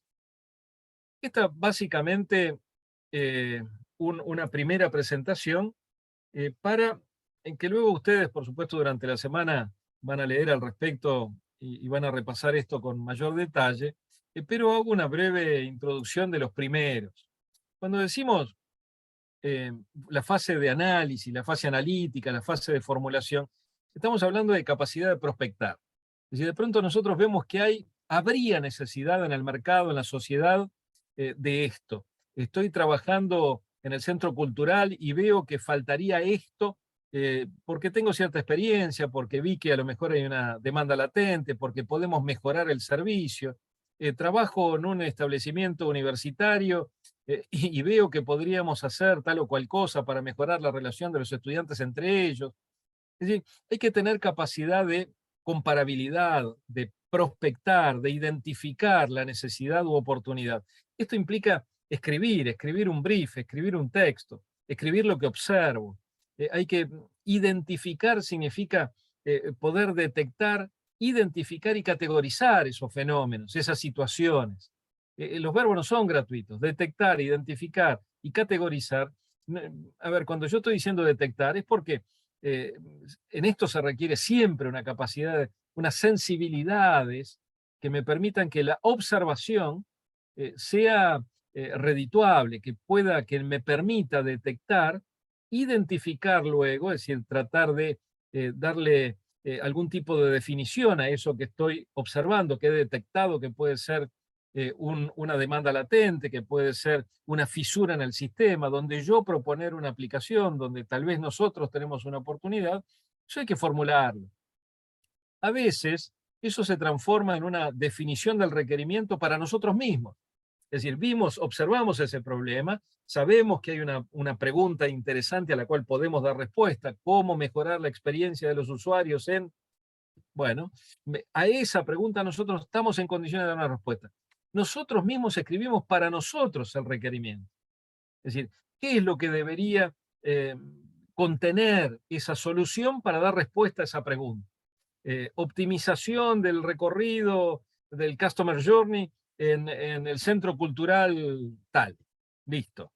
Bueno, para dar respuesta a eso, nosotros escribimos un requerimiento para nosotros mismos. A lo mejor el requerimiento lo tiene escrito el director del centro cultural o el secretario de cultura del municipio, o puede ser que sea para la fundación privada de la ciudad tal, donde el director, el curador, formule el requerimiento y nosotros le podamos proveer una solución. Puede ser que el requerimiento esté hecho por ese tercero, pero muchas veces no está así, no está en esas condiciones. Es una demanda latente. Hay algo que nosotros hemos observado y que vamos a proponer en forma de proyecto. Y el tercer punto dentro de esta fase tiene que ver con la investigación preliminar. Entonces es importante, ¿a qué efecto? Bueno, primero saber con qué fuerzas cuento. Es decir, ¿qué miércoles conozco yo de esto que me estoy proponiendo hacer? En este colectivo, ¿están las capacidades para llevar adelante este proyecto? ¿Qué condiciones debería tener el equipo para llevar adelante esto? Hay otras aplicaciones similares que son aplicables en otras geografías, en otros idiomas, con otros destinatarios, pero que podrían servir de estudio preliminar para todo eso que tiene que ver con lo preliminar. Es una investigación. Es en esos términos que hay que adoptarlo. Hay que empezar a indagar, hay que ver qué otra cosa existe parecida, partiendo de una hipótesis de que lo nuestro es tan único como suele parecerle cada obra al artista plástico. Lejos estamos de eso. Y si asumimos que no somos artistas plásticos y que por lo tanto nosotros no vamos a hacer la obra única en la historia de la humanidad, tenemos que saber que es probable que haya otras personas que ya pensaron en algo similar. Yo no sé si ustedes han tenido alguna experiencia así, pero en la mayoría de los proyectos que yo he participado o evaluado, la mayoría tienen algo de comparabilidad. Puede ser que tengan más o menos comparabilidad, pero tienen algún grado de analogía con otros proyectos, con otras situaciones. Y si yo logro detectar eso tempranamente, puede favorecer notablemente al desarrollo exitoso del proyecto. ¿Por qué? Porque, como dice este librito, que yo les he mencionado la última vez, La lectura del objeto, esa teoría sobre cómo leer objetos y aprender de los objetos ya hechos, dicho de otra manera, existe una aplicación, bueno, vamos a desagregarla, vamos a ver qué funciones cumple. Vamos a hacer capturas de pantalla, vamos a ver cuáles sus niveles de usabilidad. Cada uno de nosotros dispondrá de 1 hora por semana los próximos 15 días para usarla, registrarse y tratar de hacer un informe de esas observaciones que permita saber si esa aplicación u otras resultan en algo de interés para el desarrollo de esta nueva aplicación que yo estoy produciendo en este caso. Entonces, atención, esta fase es importante observar, detectar, identificar y categorizar es importante. ¿En qué categoría entra esta aplicación? ¿Entra en una categoría de estas características? ¿Es asimilable a otras aplicaciones? ¿Por qué lo sería? Esta fase es importantísima. Si yo la cumplo adecuadamente, estoy partiendo con el buen pie en mi proyecto. Dijimos que hay una fase creativa. Aquí hay dos grandes divisiones.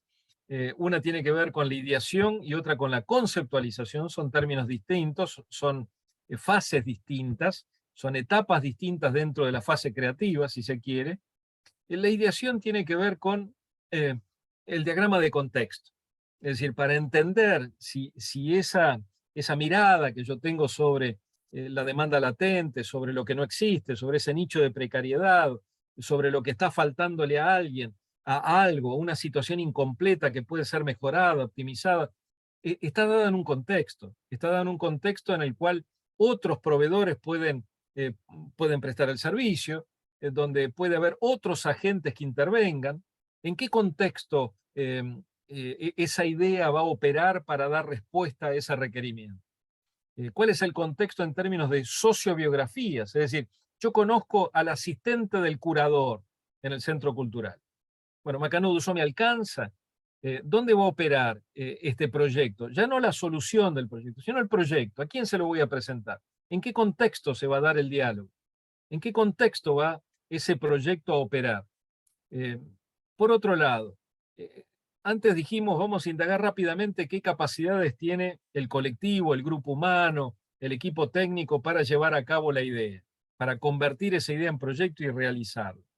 Ahora estamos diciendo en realidad, hay algo que nosotros ya tenemos que poner en valor antes de empezar realmente a trabajar en cada proyecto, que son, bueno, ¿cuáles son las redes de conocimiento? Por ejemplo, tengo gente en LinkedIn que puede apoyarme técnicamente en algún aspecto del proyecto.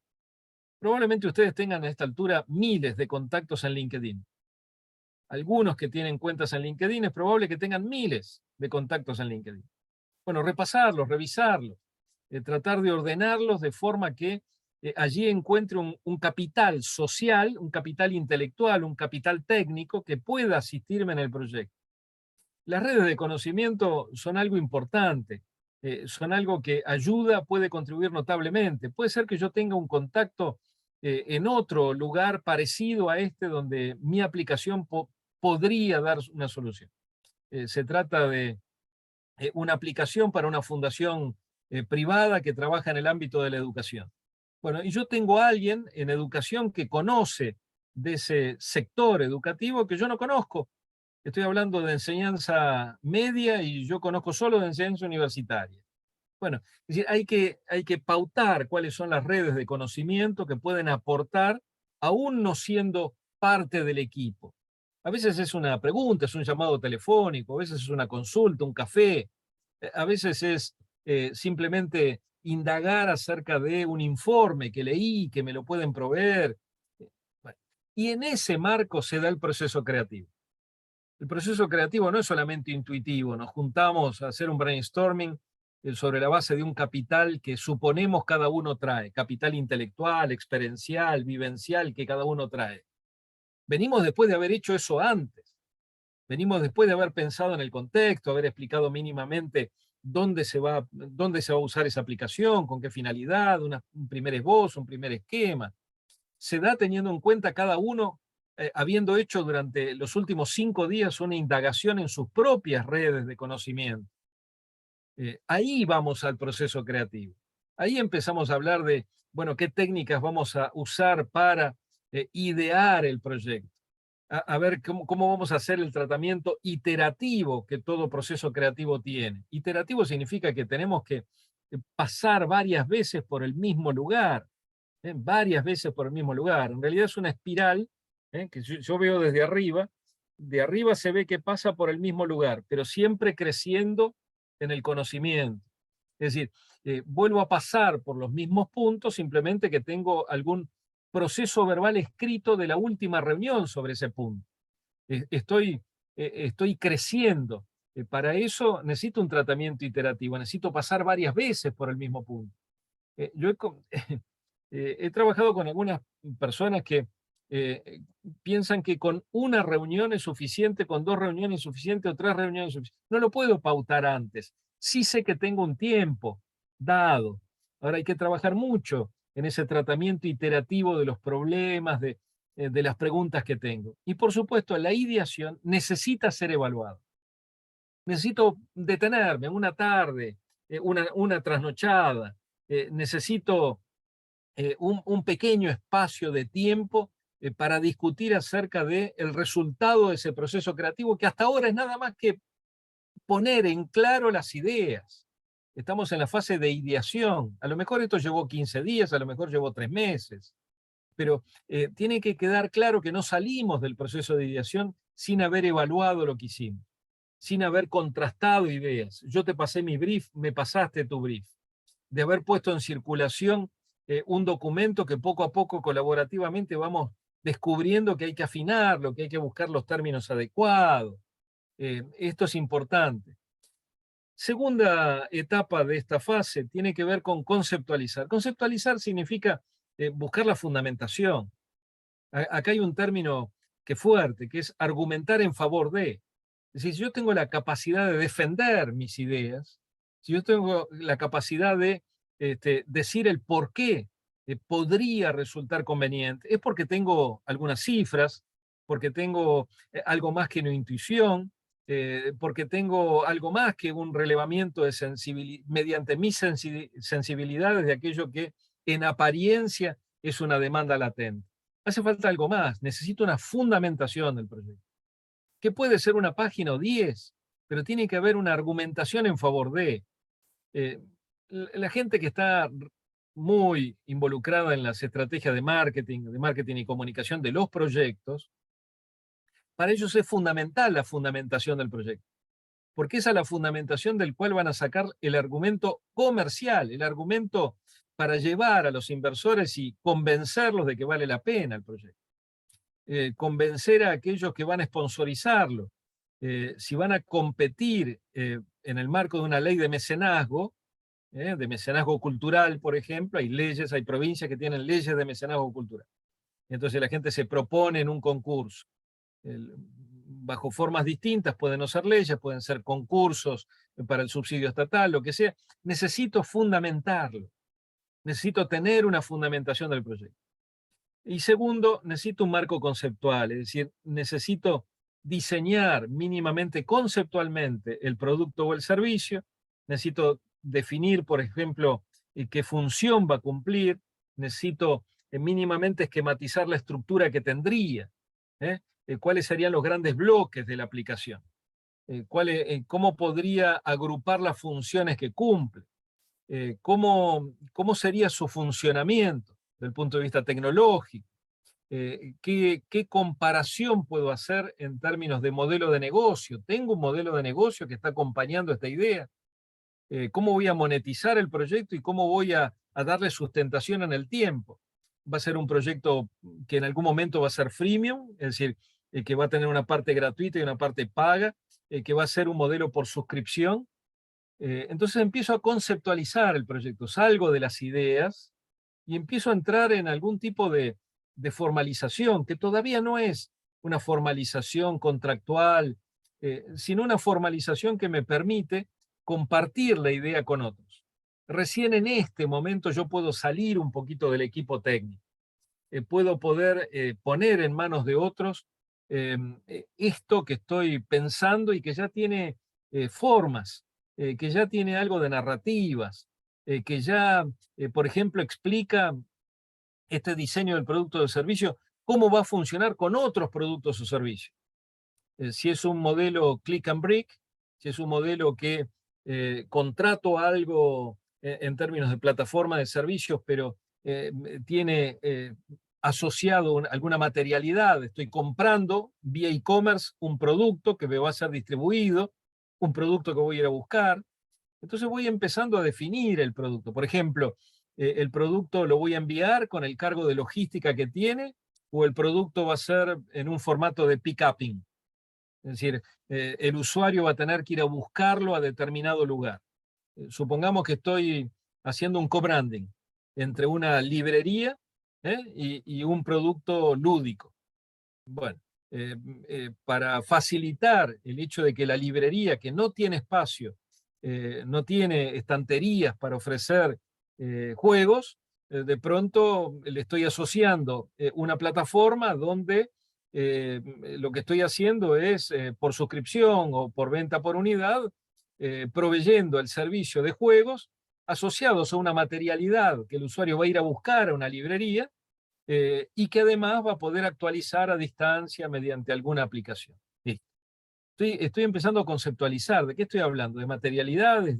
¿Solamente servicios simbólicos? ¿Del campo de lo simbólico? ¿De qué estoy hablando? Esto es importante. Entonces, cuando ustedes lean durante la semana algo al respecto, van a tener estos aspectos, estas dimensiones de análisis, ¿no es cierto? Lo morfológico, ¿qué forma va a tener la aplicación? ¿Va a ser para solo usar en mobile o va a ser también para usar a la computadora?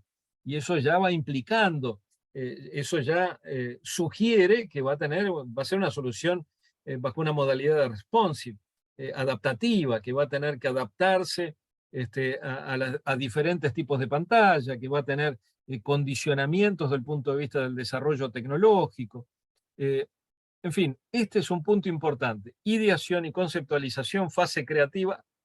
Hasta aquí estamos definiendo el proyecto, definiendo el producto, empezando a pensar saliendo de las ideas para realmente entrar en el campo del producto. Muy sintéticamente, en 5 minutos, ustedes lo van ya a abordar con más detalle durante la semana. Es muy importante estas etapas que se mencionan ahí. Cuando hablamos de especificar detalladamente el objeto, el servicio que estoy proyectando, hablo básicamente de factibilidad, de las primeras preguntas sobre factibilidad. ¿Es factible? ¿Tiene algún grado de factibilidad? ¿En qué plazos resultaría factible? Puede ser que si yo tardo 3 años ya no tenga ningún interés. Puede ser que el proyecto no tenga factibilidad si no se dan ciertas condiciones. Entonces empiezo a pensar que la factibilidad requiere disposiciones tecnológicas, disposiciones comunicacionales, a veces disposiciones pedagógicas, porque se trata de una aplicación con guías para el uso de no sé qué cosa, en realidad aumentada para ciertos objetos. No sé, estoy pensando en elementos que le dan factibilidad tecnológica, comunicacional, interactiva, factibilidad. Empiezo a pensar en recursos, empiezo a pensar en plazos, empiezo a pensar si esto que estoy pensando en términos de factible responde al requerimiento. ¿Sigue siendo factible si está en tiempos distintos del requerimiento? ¿Puedo convencer a mi comprador, a mi sponsor, a mi inversor si no se da en los tiempos que ellos tienen prefijados? Bueno, es un punto importante. Segundo punto, empiezo a pensar en la propuesta de solución. Avanzo un poquito en la viabilidad. Ya estoy avanzando en un marco formal que incluye el presupuesto. Es decir, para pensar una solución necesito pensar tarde o temprano en el presupuesto que esto requiere. No tengo solución si no tengo presupuesto. No hay solución sin presupuesto. No me traigas un proyecto que yo pueda aprobar si no tiene el marco de referencia de presupuesto que necesito para poder involucrar. Eso es imposible hacer. Por lo tanto, hay un marco formal y ese marco formal está dado por el presupuesto. No hay marco formal sin presupuesto. Tercer factor, hay que pensar si no tengo que ir por una prueba de piloto, por un prototipado rápido.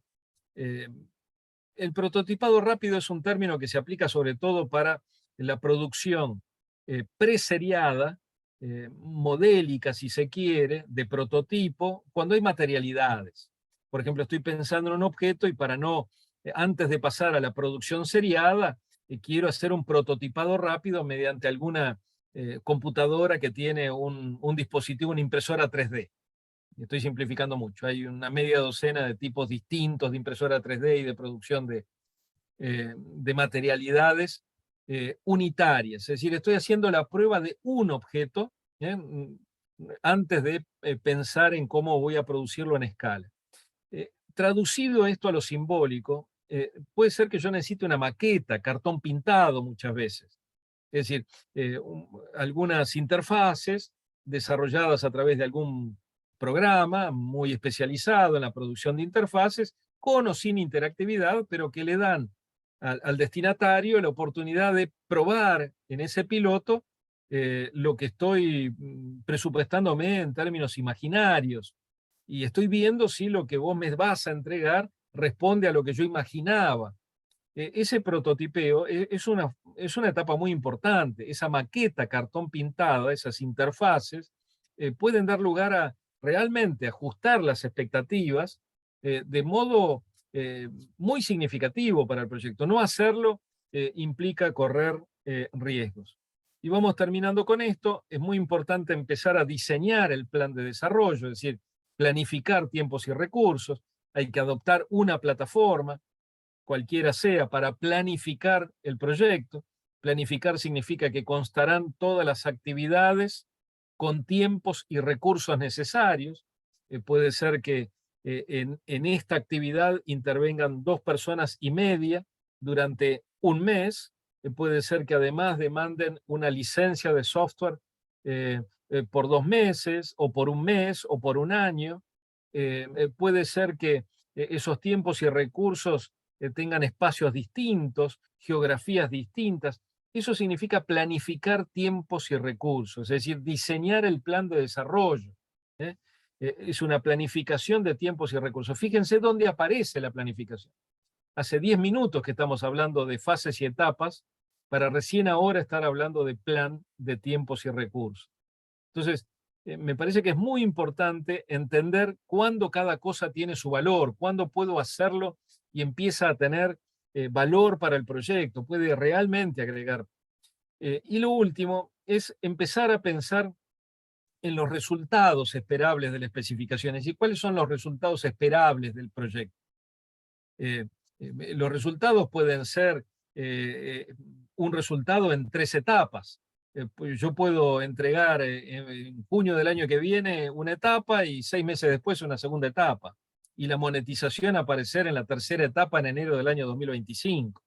Es decir, la presentación de la solución hay que hacerla, hay que dar a entender con la mayor claridad posible a quienes invierten, a quienes participan, a quienes tengo que motivar en el equipo respecto de lo que hay que hacer, y para eso hace falta que los resultados estén especificados. Mira, el resultado esperable va a ser este, de esta forma, va a estar entregado en estos tiempos, va a contener esto. Es muy difícil hablar en general porque hay infinidad de proyectos posibles, pero espero que nos vayamos comprendiendo poco a poco en que estos elementos que son genéricos pueden ser, agregarle algo de valor a la intuición, a la creatividad y, por supuesto, sostenerse como método científico que se pretende en parte de una solución que es la que esperamos ustedes obtengan, es decir, el rendimiento social, cultural, económico que todo proyecto debe tener desde sus inicios. Bien, ustedes tienen esta semana para leer al respecto de estas cosas, ¿verdad, Mariela? Sí, hay una actividad propuesta. La actividad consiste en pensar, tomar un objeto, ¿sí? Que puede ser una aplicación, un proyecto transmedial, audiovisual, gráfico, un sitio web, ¿sí? Tomar un objeto y hacer una ingeniería inversa, ¿sí? Desagregarlo, pensar cómo se hizo ese objeto. Hay algunas preguntas disparadoras para pensar en esta deconstrucción del objeto, que es identificar cuáles son los componentes principales, definir su función, cómo es el funcionamiento, una cosa es la función y otra cosa el funcionamiento, cómo se hizo, cómo se... Perdón, una cosa es la función que cumple y otra cosa es cómo funciona. Exactamente. Cada objeto cumple una función social. Otra cosa es cómo funciona. Por eso decimos de funcionamiento y funcional. Cómo se construyó, si se puso en servicio y en circulación o no, en el caso que no, ¿por qué? ¿Cuáles fueron los principales desafíos? Y una pregunta muy importante que muchas veces se deja de lado, así que resaltamos que la responda, es si se infiere un modelo de negocio que subyace en ese objeto, ¿sí? También hay un texto para leer, y estaría bueno que los aportes puedan articular con ese texto, que es una innovación disruptiva, ¿sí? Esto lo van a hacer en Paddle, o sea que ustedes, y está habilitado para que comenten sobre los aportes de los demás. Sería interesante que puedan ver la deconstrucción que hacen los otros grupos. Esto se puede hacer en grupo o de manera individual.